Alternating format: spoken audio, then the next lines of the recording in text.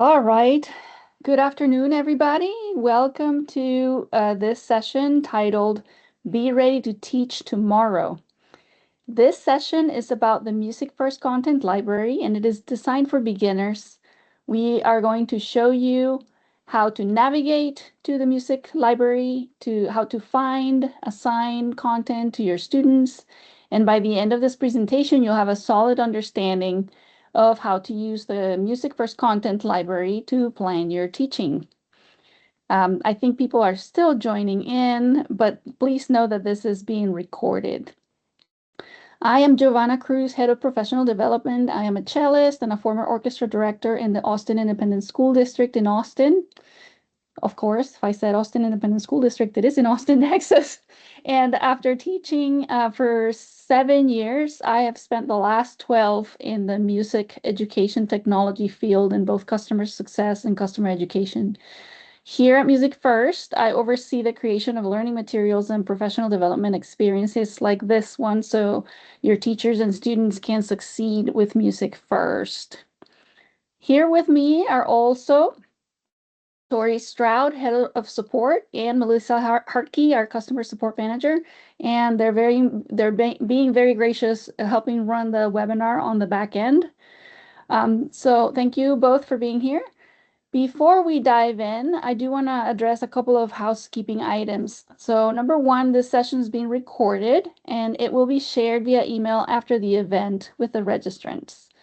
Also, please know that a self-paced version of this session exists in the MusicFirst Academy, which you can register for at www.musicfirstacademy.com. It has slightly different slides, but a lot of tutorial videos and additional materials. There's actually a couple of lessons. There's a couple of courses. One is an introduction to the MusicFirst content library, and the other one is creating your own content. Know that the chat is enabled for this session for you to add comments. However, if you have specific questions that you want us to answer at the end of the session, please put them in the Q&A section at the top of your screen. This is the best way for us to manage and triage those questions, and we will answer them towards the end of this webinar. Also, we will have a couple of polls throughout this webinar. And if they don't show up for you on screen, on the screen that you're watching this, look for them in the chat. They should be there, okay? So thanks for being here with us today. Let's go ahead and begin.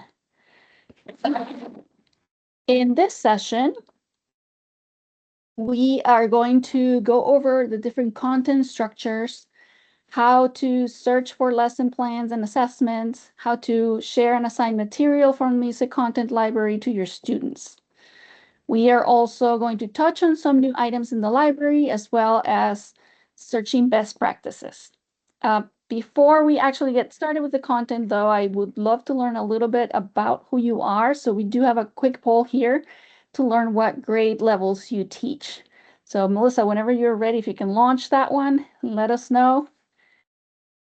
I'm seeing it on my screen. For those of you that are attending the meeting, go ahead and make your selections and hit submit, and we should see the results coming up momentarily on the right side. All right, we have one response for multiple levels.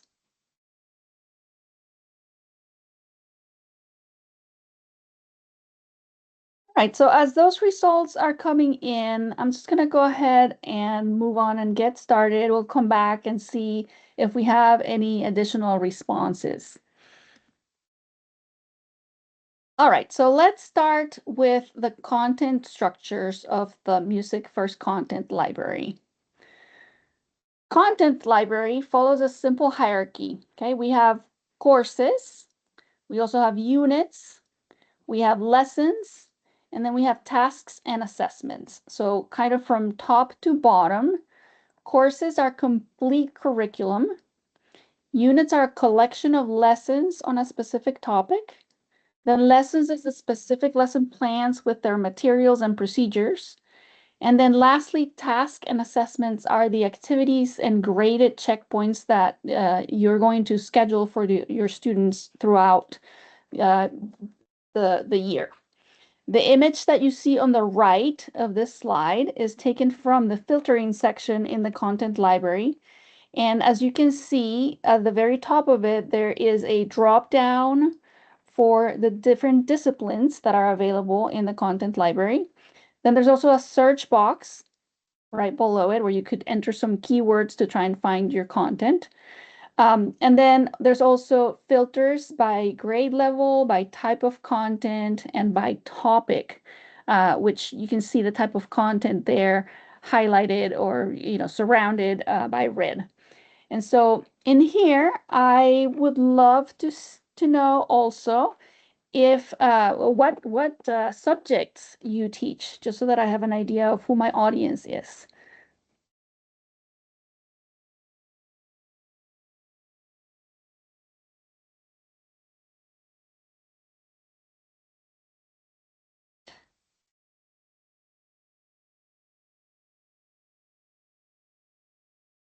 Okay, so we have some choir, we have some general music, we have orchestra, we have multiple classes. Okay, perfect. That's great to know. So let's move on. I'm going to go over to MusicFirst now, the product, and take a look at the content library live so that you can see what I'm talking about. So let me switch my displays here. Okay, so now I am in my instance of the MusicFirst Classroom. And just quickly for navigation, I'm going to address a couple of things here. Please notice this bar at the top of my screen. This is part of the navigation. I'm going to make it bigger so that you can see it better. I have my home button, which is going to take me to the screen I'm on right now. There's a software tab that allows me to launch different software. I'm not addressing this today. There's another tab for resources.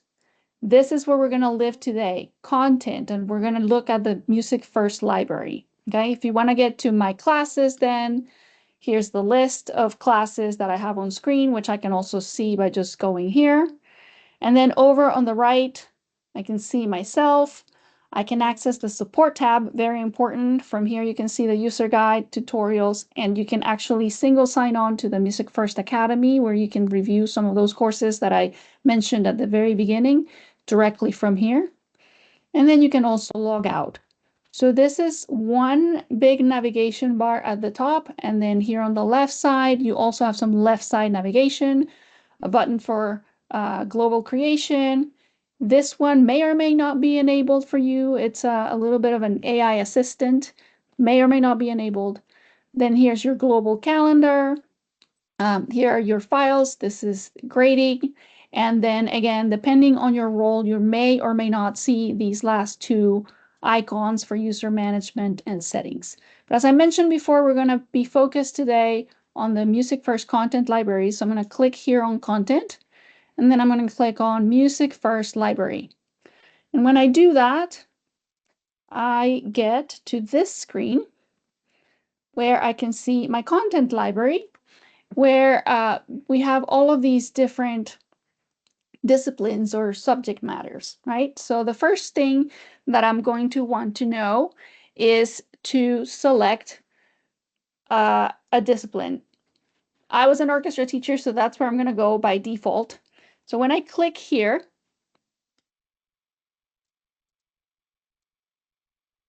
it takes me to this page where I can then further narrow down, search, filter for the different types of content.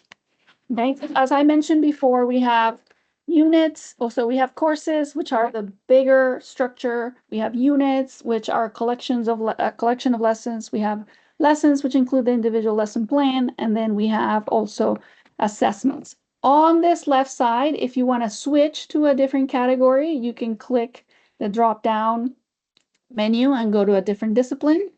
You can enter some keywords here, and then further down is where you're going to do all of your filters and filter by grade level. by whether it's a course, a unit, a lesson, or an assessment. And then there's some topics here that may be particular to this category of orchestra or discipline of orchestra as I go through the other topics that are highlighted here.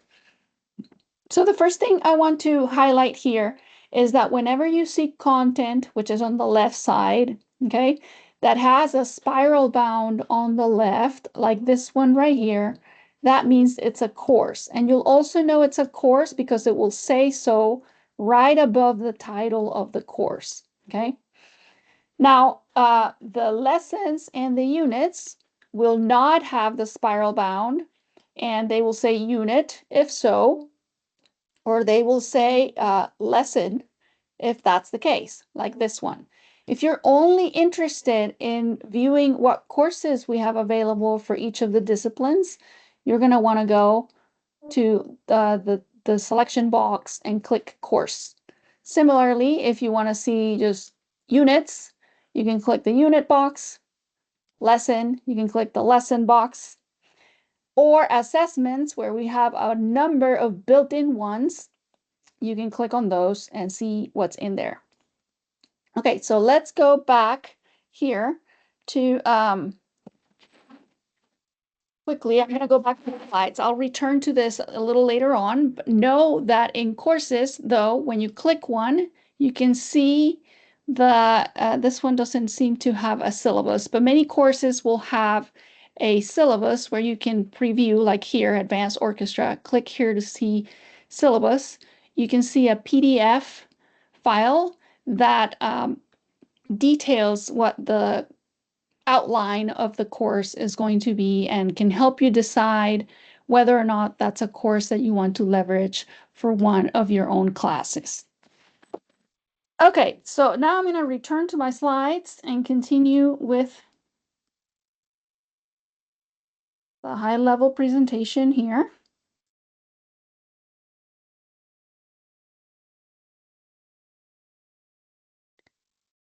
And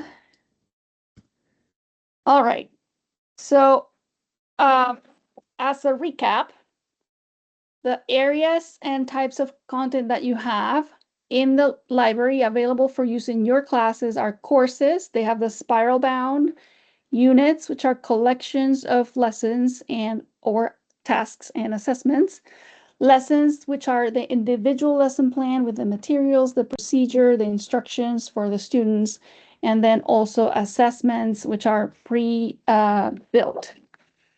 All right, so now let's talk about how we search, right? Well, searching looks the same. Two different but related use cases come to my mind right away. One would be searching for materials for your own class. And then the second use case would be searching for material you can use when you have a sub, for example, right? So for using with your own class, you probably want to mix a couple of different approaches to zero in quickly on what you're looking for. You probably want to start with the content area that you are teaching. So I'm seeing here we have 33% general music, 33% choir, 16% orchestra, and then 16% multiple classes. So if you're a choir teacher, you probably want to zero in on chorus first and see what's available there and see if any of that is of use to you. Same thing with general music. If you teach multiple classes of different subjects, then you're probably going to want to search all around. The other thing that you're going to want to do is use keywords across disciplines, searching a specific topic, a specific skill, or maybe a standard to surface ideas from every subject. If you're looking for subplans, then you have a plethora of resources available to you as well, where all of the materials, the media, and the student activities are going to be built there for you. You don't need to create anything. Of course, you can, and you can edit it as well. You are allowed, you're allowed to preview it on any device and then teach straight from the screen or hand it to a substitute with confidence. So from this slide, look, I am going now to go back to my content here and go a little bit deeper here on the searching. So I am back in MusicFirst, okay? And again, let's say that I am an orchestra teacher because that's what I am. And I am looking for a course that I could use perhaps with my middle school students for orchestra. And I'm curious about this beginning orchestra course because I teach sixth grade. So when I click on it, I already showed you how to preview the syllabus. When I click on it, I'm going to see sort of the high level overview and outline of what's available in that course. There's course information, then there's subheadings for getting started and a number of different lessons and tasks. There's a section on instrument care, notation and reading, string fingering charts, music theory, practice first assessments, quizzes, etc. And I look at it and I think, yeah, I like this. I want to explore it further. I'm going to say use course now to sort of download it or enable it for my use with my students. And so when I say use course now, all that content, which I couldn't actually open and preview, now is in a class. This has created a class for me with all of the materials from that course. And then from here, I can decide what I use and what I don't. I would have to put my students in this class in order to use all of these materials, or I can also take some of this content and then later on add it to another class. But to preview this content, then when I click on any of these items on the title, I'm going to be able to see further information about the lesson or the instructions or whatever it is. So this one is just course information for the teacher. I'm going to go find, say, there's a heading for getting started. So there's a couple of tasks here where I can preview what those are, record an intro video, write my favorite kind of music. I can click on this and further see the content. I can manage it by clicking here and editing it to add more things or remove things that I see. I have a preview of the student view. This is what students are going to see on their side when I make this content available to them. I also have the teacher view here where there's a detail on materials and procedure, etc. And then if there are any tasks or assignments related to this, when I click the submission and grading section of that, I'm going to be able to see my students, their submission, and any actions I need to take. So that is how you would use a course in a class. First, you bring it down, then you decide what you want to use in here, and when you're ready to use it, you click on this icon here that says it's currently hidden. When I click on it, now it becomes visible to the student. So I want you to notice how the font changed. So when it's invisible, the font is italicized. When it is visible, then it is not italicized. So that's a visual for you, both the I crossed out and the type of font to indicate whether students are going to be able to see that on their side or not. We're not talking about scheduling just yet. I'm going to show you that in just a minute. I want to show you now how I might search for something in a different content area. So I go to content here, click MusicFirst Library. There aren't any band teachers here, and I was prepared to show some band content, but let's just go with the flow and go to general music because we have some general music teachers here. And let's say that you are interested in some projects with Soundtrap. And so you can, in the search box, let's see if something comes up when I click Soundtrap here. All right, there's a whole course on school music technology, intro to jazz. Okay, there's a unit here on emotions in compositions with DAW. So if I click on this, again, I get to this preview section where I can actually see more of what's contained. So in a course, in order to see what's in all of it, I do have to say use now to be able to see the detail. But in a unit, I can click on the title of the lessons of the unit, and then I can preview. And if I like that, then I decide use now. For units and also for lessons, when I click use unit now I have some options. It's not a new class that it's going to be created. I have an option to either add to my favorites only. So this is content that I'm like, this is interesting. I want to use it maybe now, maybe later. Or if I'm ready to use it with a specific class, I can just select the class I want to use it with and I can drop it in there. So I was doing another webinar on Monday. Let's put it in that class. I say webinar class, and now I say use. So now those two, that unit with those two lessons is going to be in my class. So if you want to see it, then I go to my webinar class, and here they are. Okay, there's my class unit mentioned down here on the right side under class units. There's the emotions in composition with DOS, and here are the lessons that are part of that unit. Each one of those lessons has tasks, and we'll talk about scheduling those tasks in just a moment. Okay, now thinking these are a couple of examples for how I might use the content in the music library to teach my own class. But what about that scenario where I'm going to be out for a medical appointment or what have you, and there's a sub in my classroom?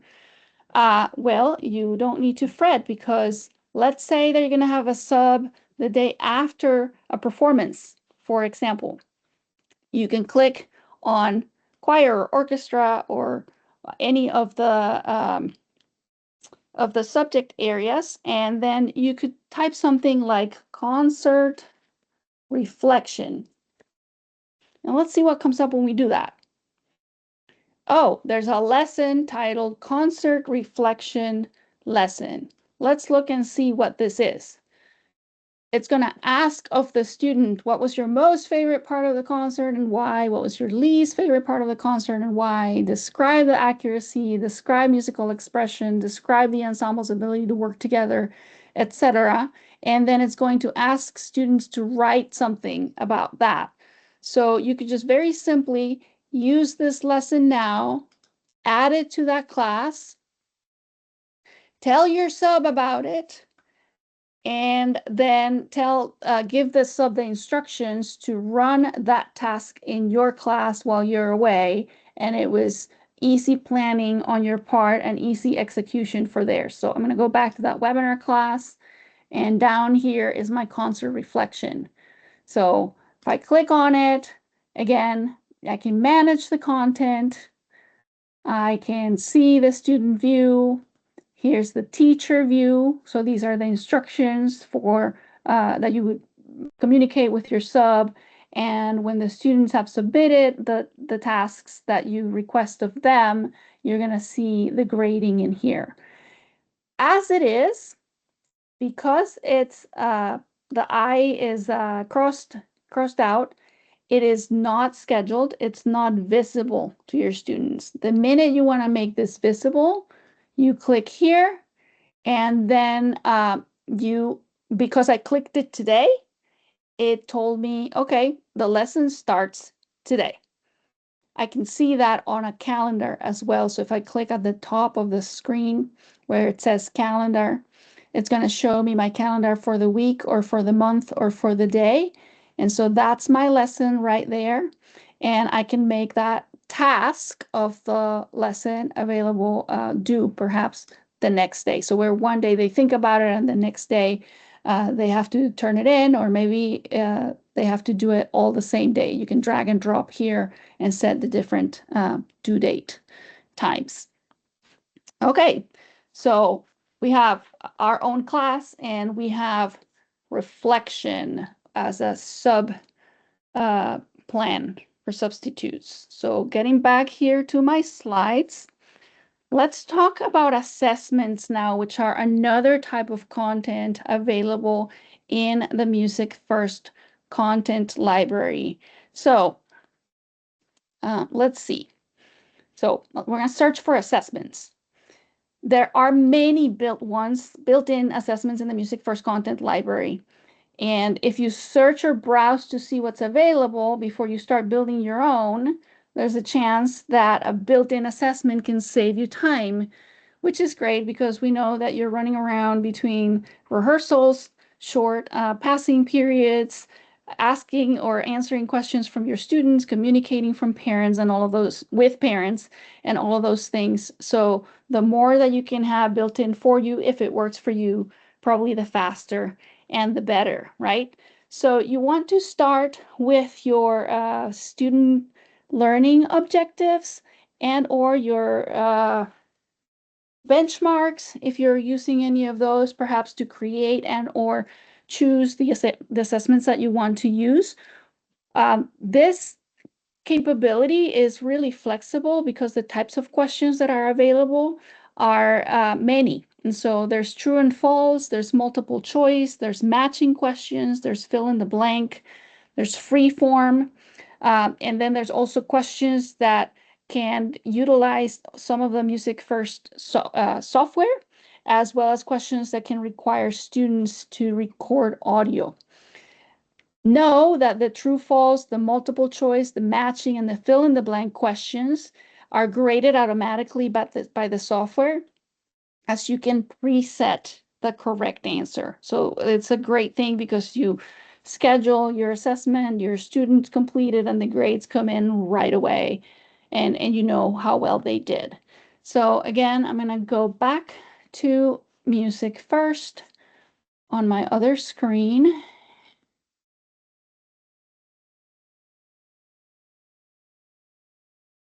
All right.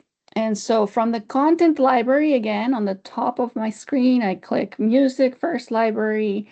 And then when I scroll down here, there's a whole category of MusicFirst assessments. These are going to be the ones that are pre-built. Okay.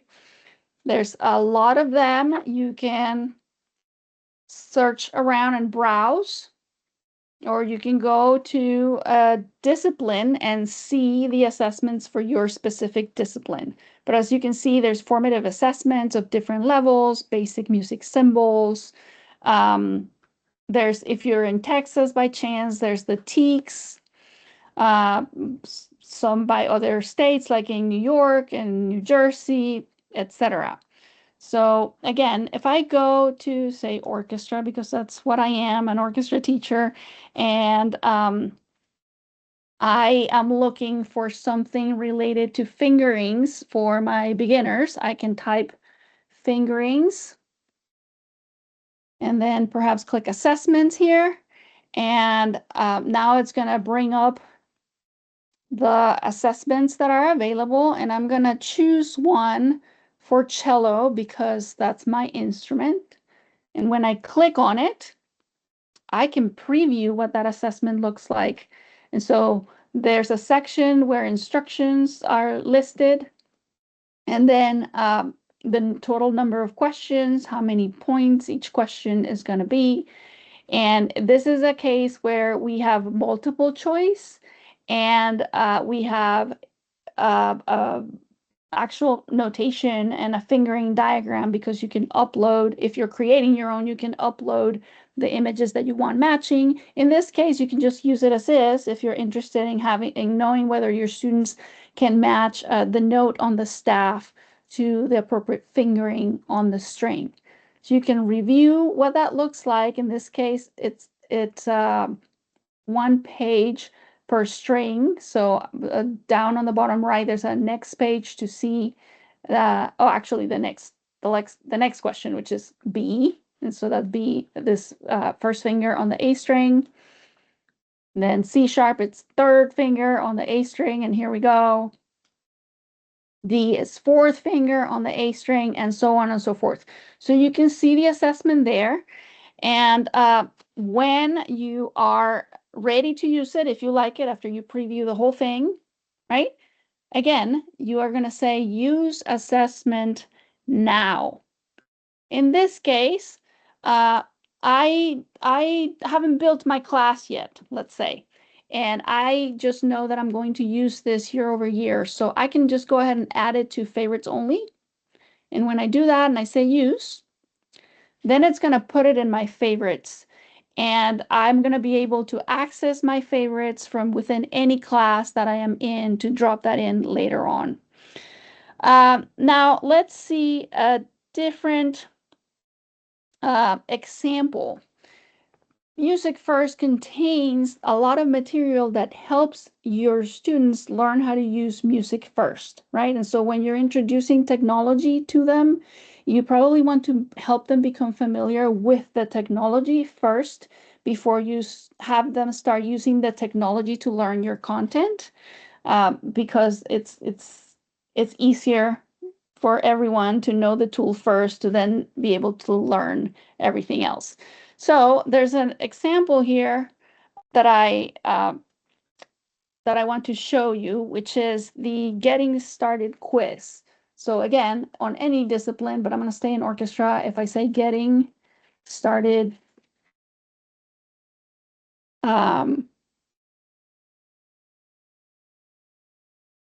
quiz,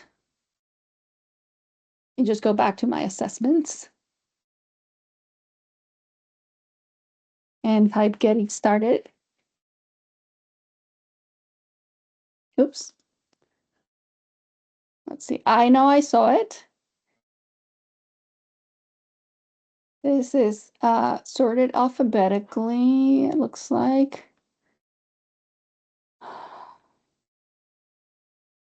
G.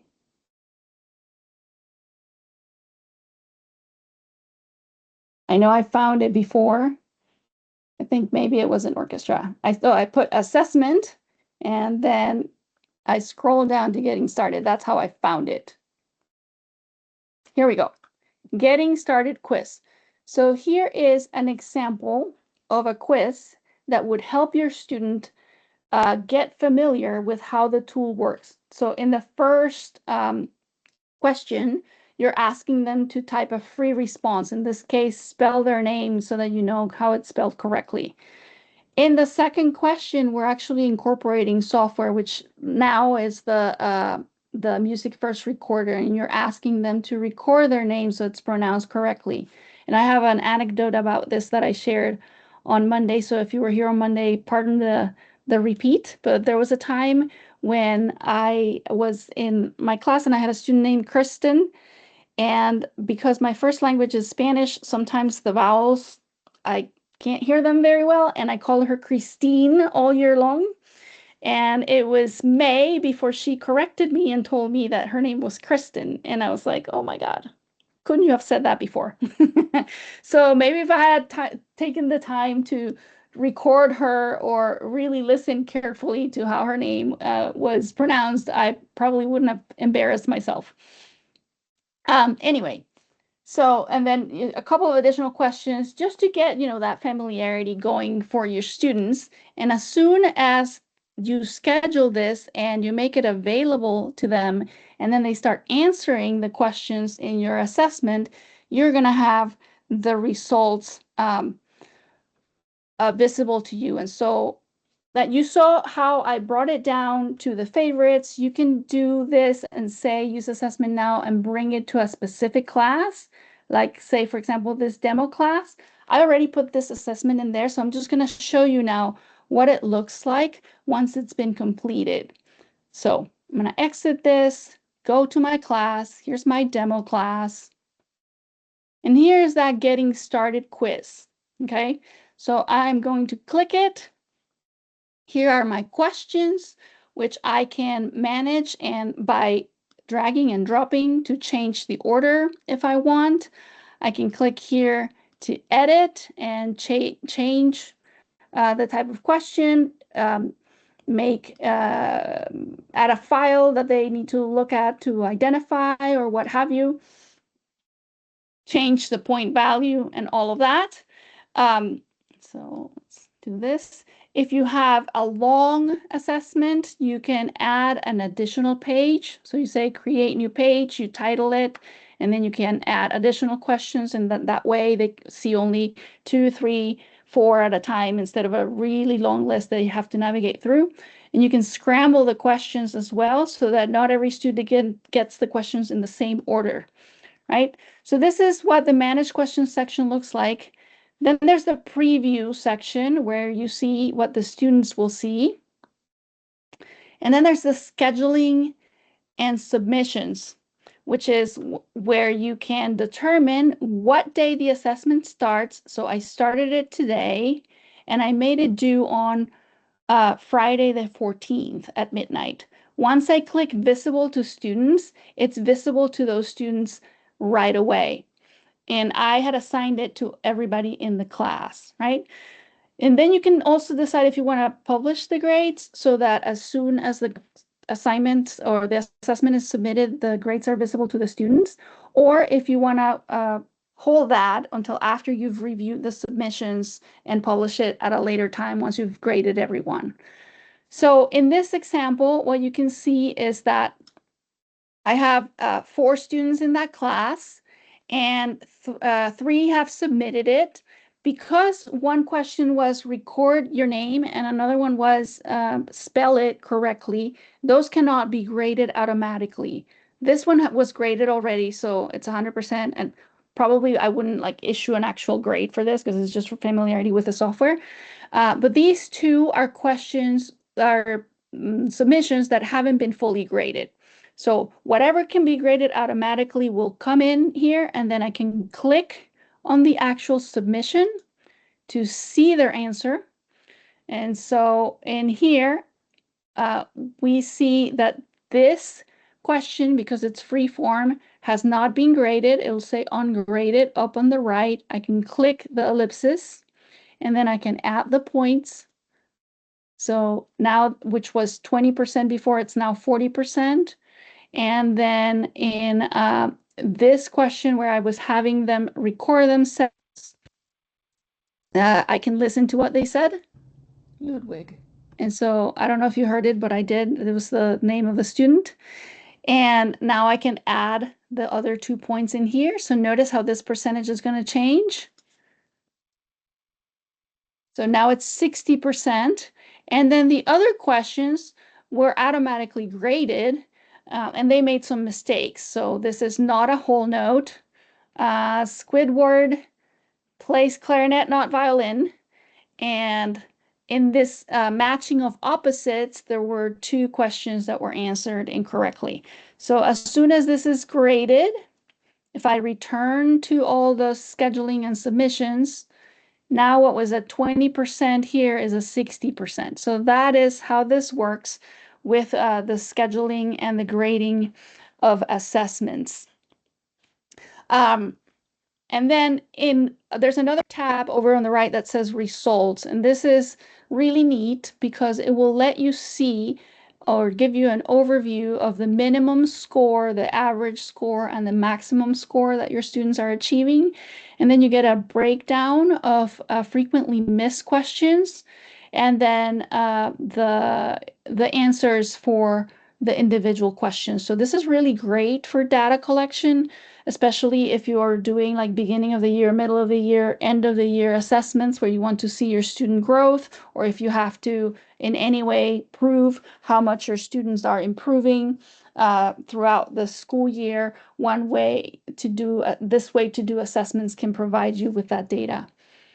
Additionally, and especially if you have to do beginning of the year, end of the year, you want to run a comparison, right? So you may want to have a test at the beginning of the year to see, for example, are they able to identify all their key and time signatures? And at the beginning of the year, they may get, 3 key signatures out of 12. And at the end of the year, they may know 9 key signatures out of 12. And so by running the same assessment at the beginning and at the end, then you're able to compare their growth. And by downloading this data, the CSV, then you can manipulate that data on the Excel side of things and calculate the growth and have that proof that you need. Okay, back to the slides.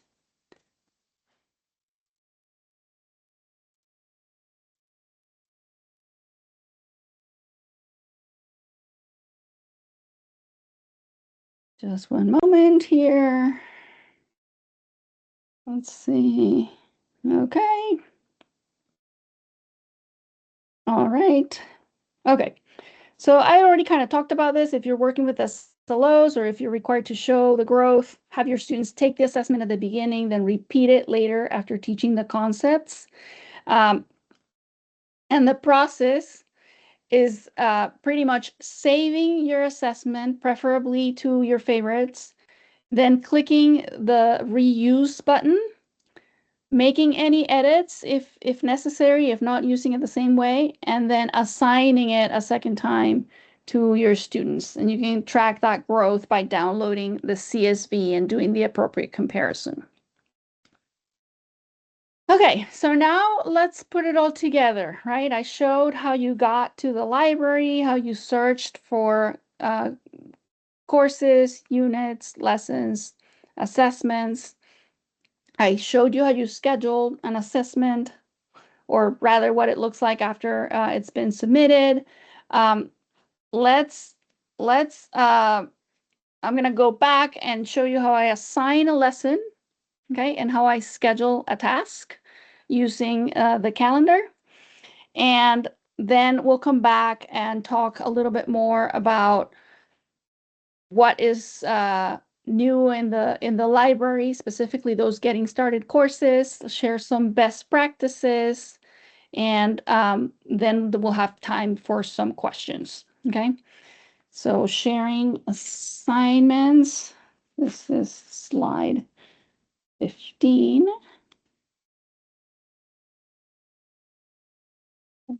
Okay, so let me go back here.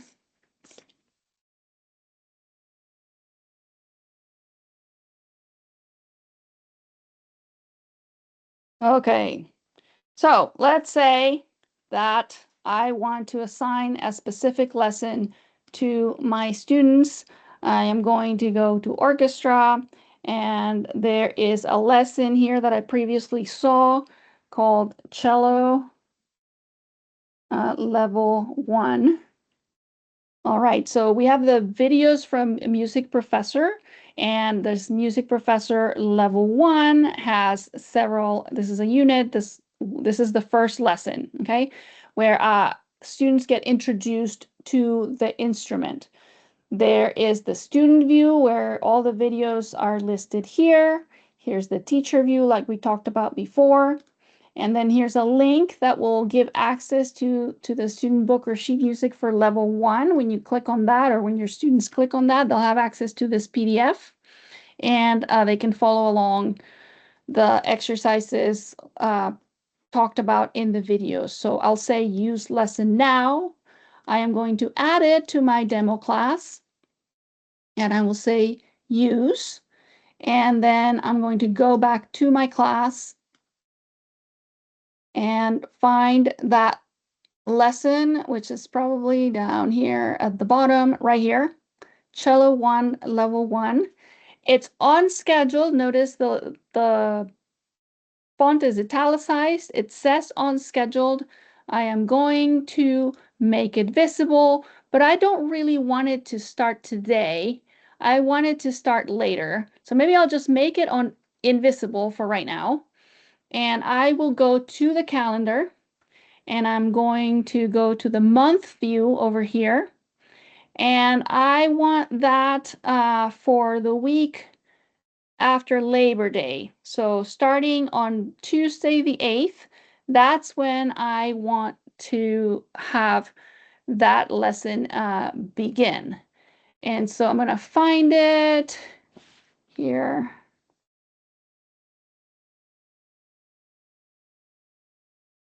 From this class. Is this only visible lessons, Tori, that are going to show on the left side? Yeah, any lessons that aren't currently scheduled. Okay.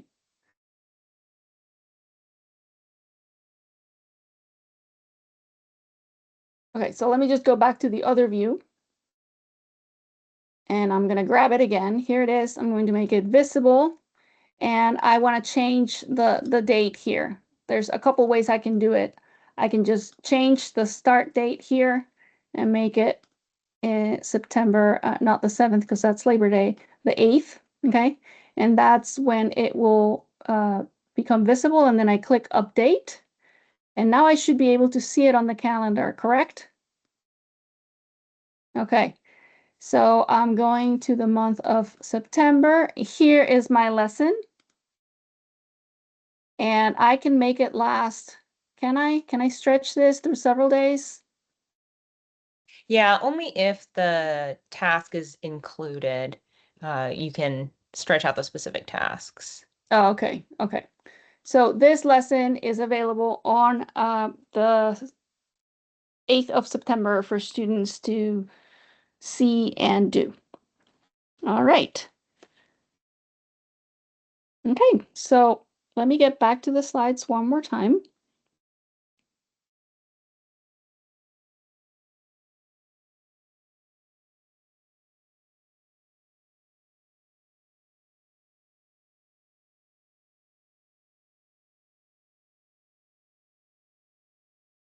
Okay, so in the library, as I mentioned, we have a series of getting started with collections to give you those ready-made first lessons for band, orchestra, choir, general music, and music theory that really help your students get familiarized with the platform of MusicFirst, the way of submitting tasks, the software, etc. That's a really great place to start. And I would highly suggest and encourage you to take a look at those. They'd be really helpful for you as well to understand the structure of the content in the MusicFirst library. In terms of searching best practices, we really recommend the things that we've showed you during this webinar, which is start with a content area and see what's listed. Use the filters that are available and use some keywords to try to find the content that you're looking for. And then also don't be afraid to go beyond your discipline. So if you're choir teacher, don't be afraid to go into general music, for example, if you're looking for, say, music theory or some other collections for some fresh ideas. Lastly, great teaching shouldn't mean starting from scratch. And with the content library plus all of your existing experience as a teacher, tomorrow's class can be ready today because you can use what exists in here and then you can build your own. And we'll have another session about that next week. So please remember that we have support and training resources and we're here to help. We provide lifetime support. It's available Monday through Friday from 9:30 a.m. to 5:30 p.m. Eastern. We also run some extended hours during the back to school season. You can always email us at support@musicfirst.com or call us at the number on screen, 855-896-3344. And we also offer scheduled 15-minute check-ins. So if you're interested in getting a little bit of one-on-one time, you can scan that QR code and schedule some time with us. With that, I am finished sharing content with all of you today. So we have now some time for questions, and I'm curious to see if any came in throughout the webinar.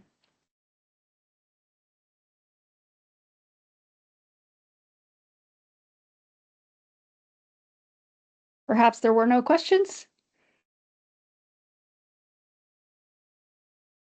Okay, looks like we didn't get any questions.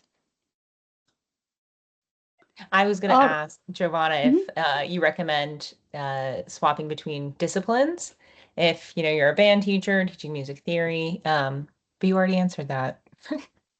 You're too good. Yeah, yeah.